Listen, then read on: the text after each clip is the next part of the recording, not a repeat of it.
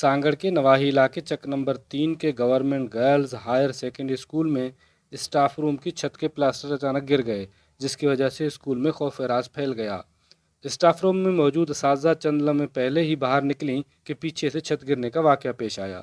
हालिया बारिशों के बायस स्कूल की हालत इंतहाई ख़राब हो चुकी है।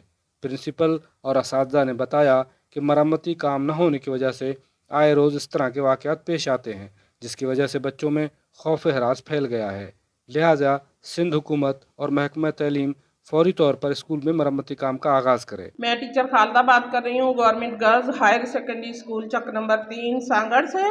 तो मेरी रिक्वेस्ट है आला हकाम से कि अभी हमारे हालात ये हैं कि अभी हम 5 मिनट पहले अपने स्टाफ रूम से टीचर्स बाहर गए हैं तो छत गिर गई है, और छत इतनी बुरी तरह गिरी है कि अगर खुदा न खास्ता कोई टीचर कमरे में होता तो कोई भी नुकसान हो सकता था। तो हमारे पास 6 से लेके सेकंड ईयर तक क्लासेस होती हैं। हमारे बच्चे भी खौफ में मुब्तला हैं, हमारे स्टूडेंट जो हैं उनके ऊपर भी आए दिन क्लासेस की छतें गिरती हैं। मेरा नाम शादिया नसीम है। मैं government girls higher secondary school Chak number 3 में एज ए HM ड्यूटी सर अंजाम दे रही हूँ। मेरे पास यहाँ बच्चे तकरीबन 500 से अबव बच्चे मेरे पास ज़ेर तालीम हैं।